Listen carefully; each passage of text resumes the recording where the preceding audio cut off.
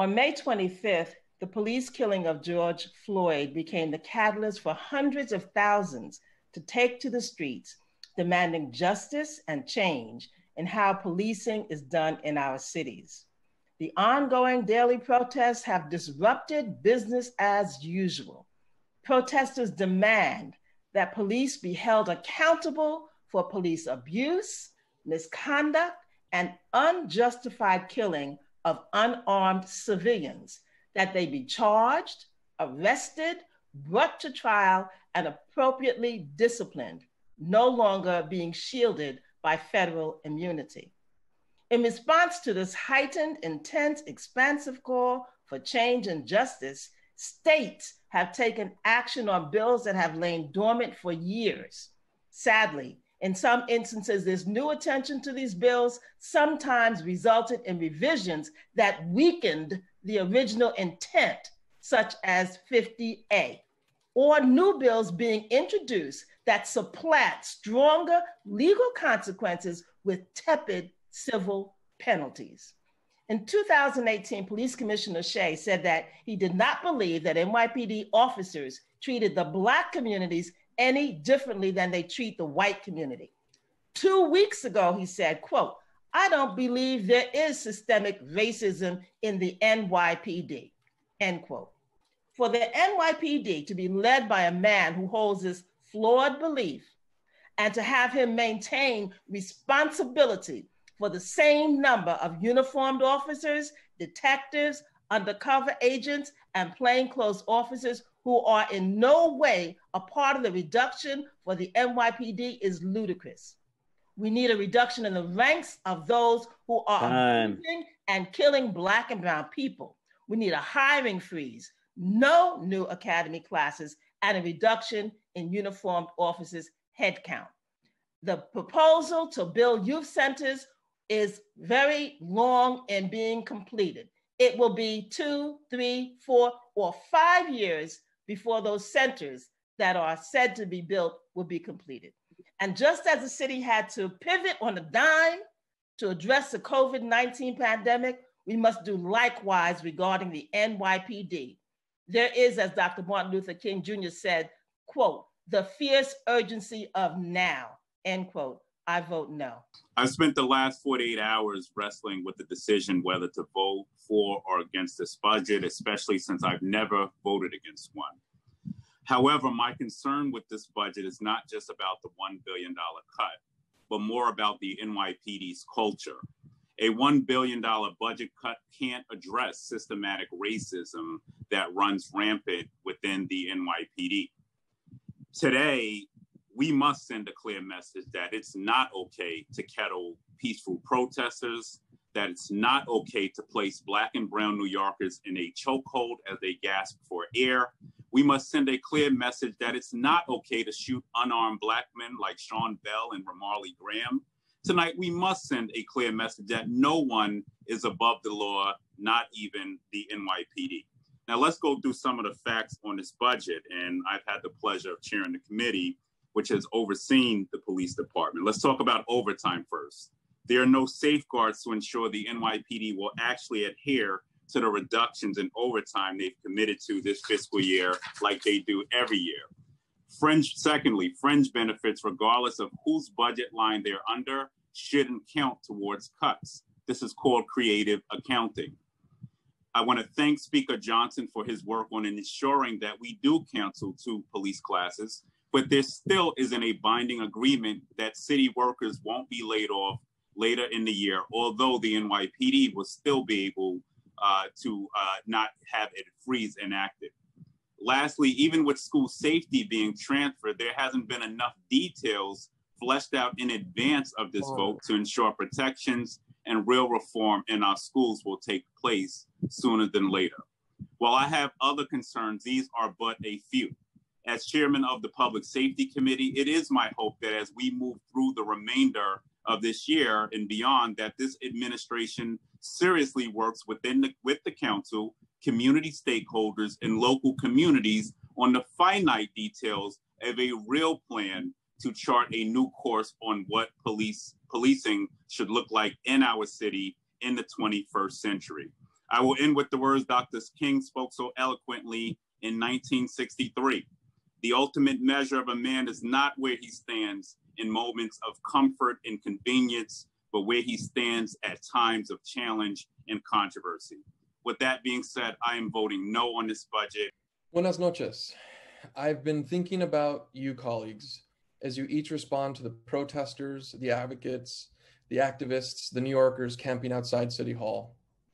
I'm compelled to address it as it is troubling me, colleagues, because we as public servants can do better to de-escalate.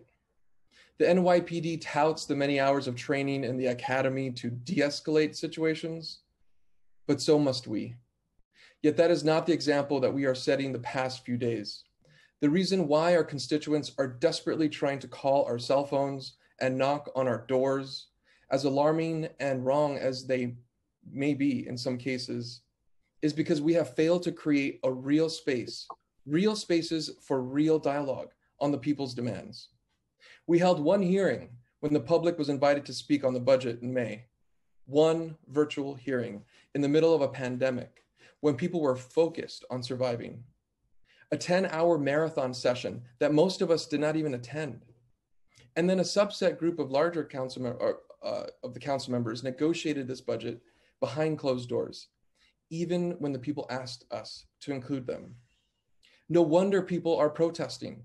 We are failing to create spaces for an honest conversation with our constituents about the things that they want to talk about. Do cops actually make our community safer?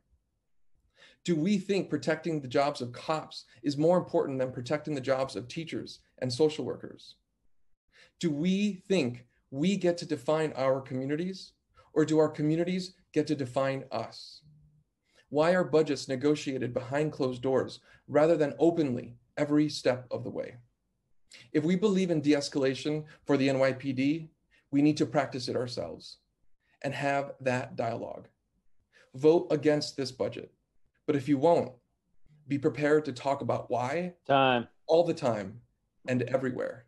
Otherwise, we will be going down a path that leads us away from de-escalation, not towards it. We will be failing to be the people's representative.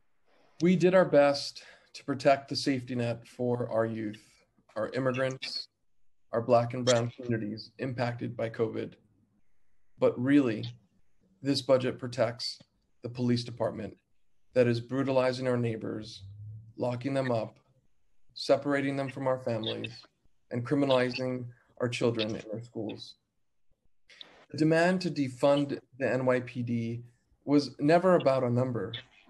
It was about questioning the fundamental approach to public safety that condones killer cops, racist policing, and mass incarceration, no matter who wears the blue uniform.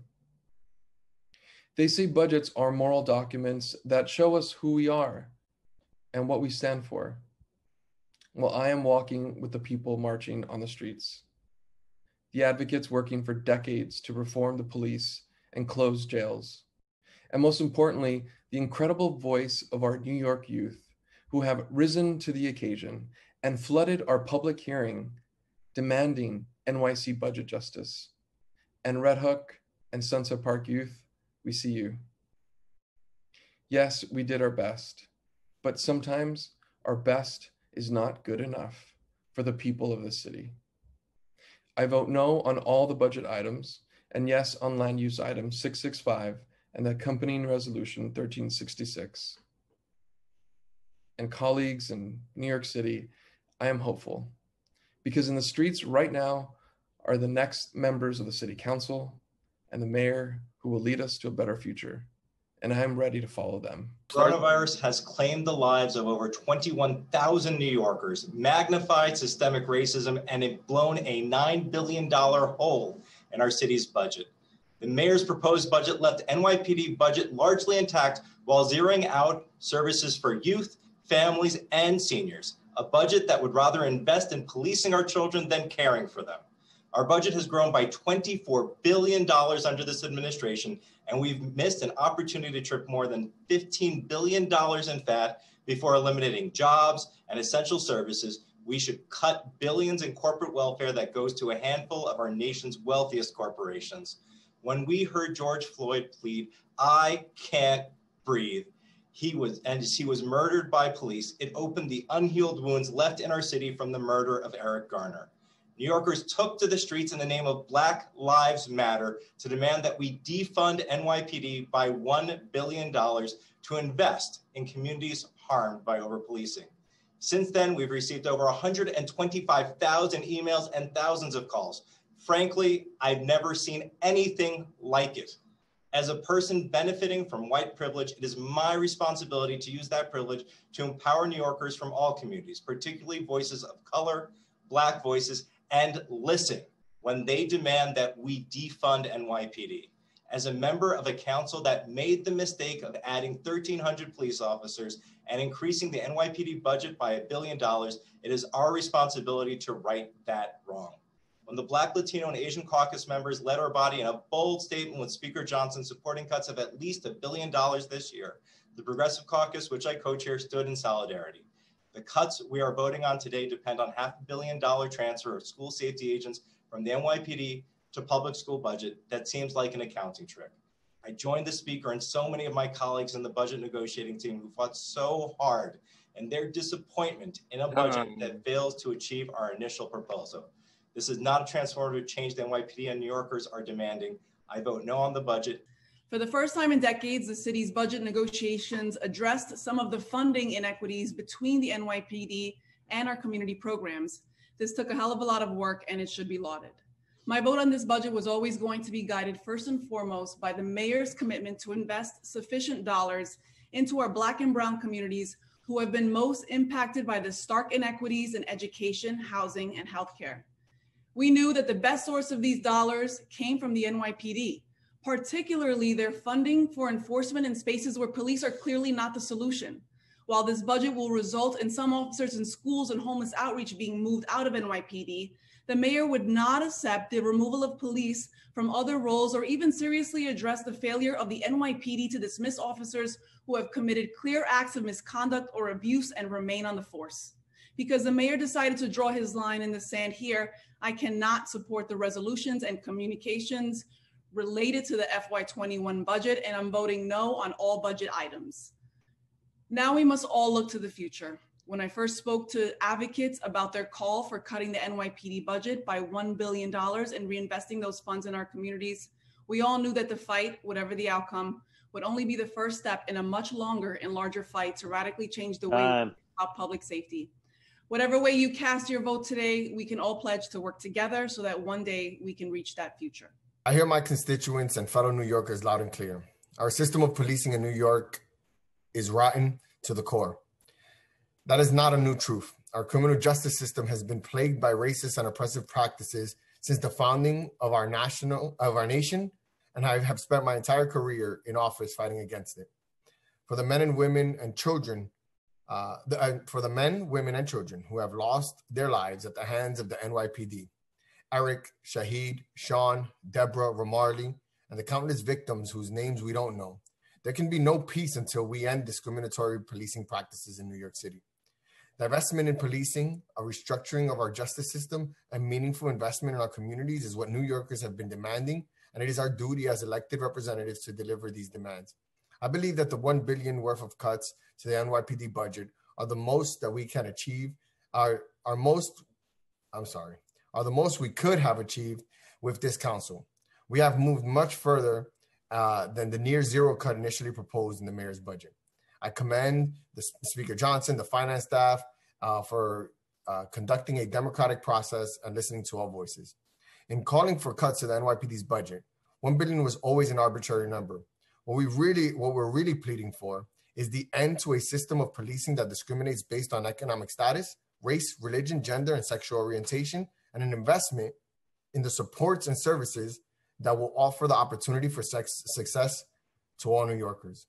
It is my belief that the budget we are voting on today will not bring about the level of systemic change being demanded by myself, my constituents, and groups that are minority-led, like Community United for Police Reform, the Brooklyn Movement Center, Vocal, and Make the Road New York. I've prided myself on always working collaboratively to achieve the results But on this issue, there's too much at stake. I cannot compromise or settle for half measures today. I am voting no on the FY21 budget. I am voting no on the budget tonight. Over the past month, since Breonna Taylor and George Floyd were killed, an unprecedented movement for racial justice has taken to the streets, led by Black leaders, but including a multiracial, multi-generational coalition pushing for fundamental change in how we approach public safety. We have made many incremental reforms in this body, but they have not gotten the job done.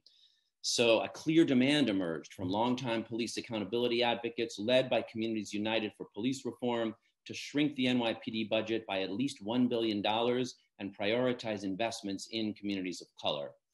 Reducing police spending is both a first step to transforming our approach to public safety and a fiscal necessity. According to the Vera Institute, New York City spends far more on policing than other cities. We have one officer for every 162 people, LA one for every 308, Houston one for every 360, Phoenix one for every 380. But this budget does not meaningfully shrink the NYPD budget. While it imposes a hiring freeze on teachers and counselors, it does not even extend that hiring freeze to cops. Put simply, we are not making the kinds of cuts needed to reduce the footprint of policing, to protect public health, our social safety net, and balance the budget. Now, we aren't going to transform our approach to public safety in one budget vote. So however you vote tonight, I hope we can work together to follow the lead of the Minneapolis City Council, who voted on Friday to replace their police department with a new Department of Community Safety and Violence Prevention. We urgently need to get away from having policing as the primary response for every public safety problem, from mental health to domestic violence, to homelessness, to school safety, to reckless driving. That is the real path to transformation in how we achieve public safety. I'm voting no, and I want to make sure my no vote is understood. I'm voting no because this budget imposes sacrifices prompted by COVID and the economic downturn on people who can least afford it. I'm deeply moved by Black Lives Matter and support the call to defund the NYPD. This budget does not meaningfully demilitarize our police force nor reduce its true scale. More centrally, this budget does not address our core fiscal problem, a revenue shortfall. These cuts and those to come will hurt the very people most deeply impacted by this crisis. The work of so many of them is deemed essential, but their welfare apparently is not. More New Yorkers will face economic desperation with tragic results, including renewed calls for more policing. A better way to approach this revenue shortfall is through a combination of spending cuts, borrowing, and new sources of revenue. It's ironic we're in this situation because our city council speaker, mayor, and public advocate have all, to one degree or another, supported borrowing authority. The city controller, conversely, has not. If borrowing was a good idea after 9/11, it's a good idea now. Our response to the Great Depression was to find every possible way to put people back to work and mitigate human suffering. The remaining tool is to identify and advocate for new sources of revenue. The state, if only for 1 year, should unwind the rebate of the securities transfer tax. It's fair to ask those profiting from financial markets and government support for those markets to repay a portion of the benefits they have received. I'm voting no today to call attention to these shortfalls and to move the ball forward to a more fair and sustainable solution. I'm voting no on the budget, and millions have been marching all across the world demanding an end to police brutality because Black Lives Matter. We must meet this moment in history. The people have demanded a real $1 billion cut to the NYPD, but also a reimagining of public safety in this city. Sadly, the most historic part of this budget is how badly it manages to meet the moment. The people have spoken through marches and rallies and by occupying City Hall. We must listen to the people we work for. That is our job. We must hear the cries from the streets and respond. The budget does not really defund the NYPD by $1 billion. Over $350 million of the cut is through overtime reduction goals that we know from history is merely a suggestion because the NYPD is able to blow through these overtime numbers. We should have eliminated cadet classes and actively reduced the head count. Moving NYPD to DOE is a good start, but it's going to take 2 years and too long. I'm also disheartened that too many people, too many elected officials don't believe that cultural programs have the ability to save lives, particularly in Black and Brown communities that have been underserved by the arts, and particularly arts in education. This budget cuts arts in classrooms by $15 million. A society that fails to appreciate the role of education, culture, the arts, and libraries in any battle for a more just society is doomed to fail. And it's for those reasons that I'm voting no on this budget. So I've heard a lot tonight about mobs, anarchists, bullies, a small minority of people pushing. All of this feels to me like an attempt to minimize a mass movement for social justice. I came out as a gay man in 1989 when queer men were dying in droves. And ACT UP was loud. It was impolite. It pushed the status quo. It made powerful people uncomfortable. They were rude, and some people thought they went too far. I myself participated at a die-in in front of George Pataki's home when he was the governor. But activism and activists saved lives because they pushed the envelope and because they pushed people in power. Systemic and structural racism and police brutality will not end as a result of polite requests. Power doesn't concede, it gets taken. The young people out there, yes, activists, they are angry because we have not listened. They are angry, and they are right to be angry because so much is wrong. And we as elected officials should be listening with great respect and admiration because many of us began our careers as activists who were in the streets. And just because we're in government today and got elected to the city council doesn't mean we no longer have an obligation to listen and respect activists. That's how things get done. That's how things change. And that's why I'm voting no on this budget, because we didn't do enough. We didn't get to where we needed to get to. We failed in too many important ways to fundamentally change the way this city is policed. And so I cannot vote for this budget because I made a pledge. I made a pledge not to vote for this budget unless it cut the budget of the NYPD by at least $1 billion. And in that vein, this budget failed.